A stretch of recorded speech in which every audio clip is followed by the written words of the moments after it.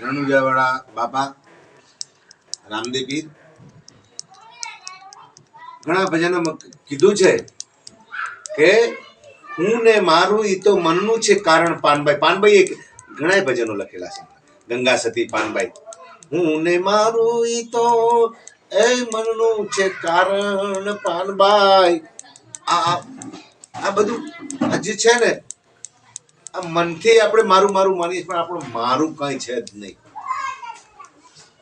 શરીર ટકી રહે ત્યાં સુધી. ગઈકાલે પણ એવો જ વિડીયો હતો લગભગ.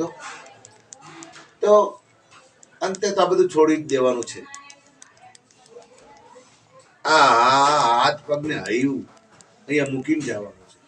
તો અંદરથી શું જાય છે? ઘણા આપણે વિચાર કરીએ ને તો અંદર જે રહેલો જીવ છે ને, એને જવાની આવન જાવનના ફેરા કોને છે? શરીરને થોડા છે. આ જગતમાં આવન જાવનનો આ જે આવન જાવનનો ફેરો કોને છે?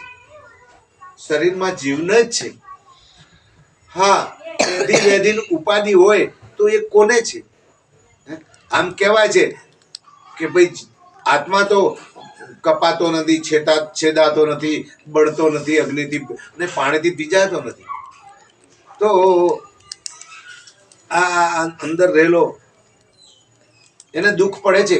ત્રાહિમમ ત્રાહિમમ આપણે પોકાર કરીએ છીએ. મોટું એ કંઈક રોગ થયો હોય, ગુમડું કે કોઈ પણ જાતની ગાંઠ નીકળી હોય, મોટા રોગ થયા હોય, ત્યારે ત્રાહિમમ ત્રાહિમમ કરતો હોય છે.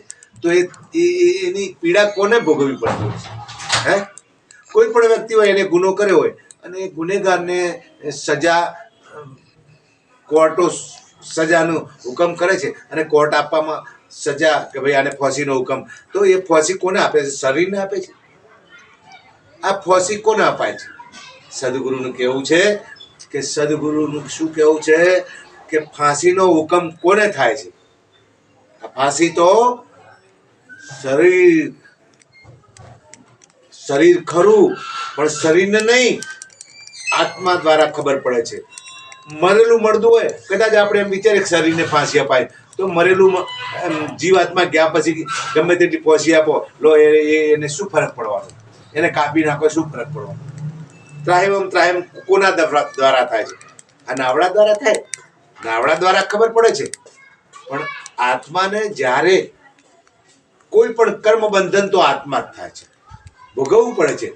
સાથે શરીરની જરૂર પડે છે. પાછું શરીર હોય તો એને ખ્યાલ આવે કે ભાઈ આ મારું ઘર, આ મારા ભાઈએ આમ કર્યું, મારા પરિવારે આવું કર્યું. આ બધું કોને ખબર પડે? જીવાત્માને જ. અને જીવાત્મા જ બંધનમાં આવે છે. કર્મનો સંગાતી કોણ છે? કર્મનો સંગાતી પોતે જ છે. પાછો આમ તો કર્મ તો કરે એને જ ભોગવવાનું. એટલે મારે તમારે વિચારવા જેવી વાતો છે. આ બધી મહાપુરુષોની વાતો છે. વિડીયો ગમે ને તો શેર કરવાનો, આગળ પણ મોકલજો, તો આપણું આગળ ધર્મના કાર્ય ચાલે. બધા સાંભળશે ને તો તમને બધાને આમાંની કંઈક પુણ્ય મળશે.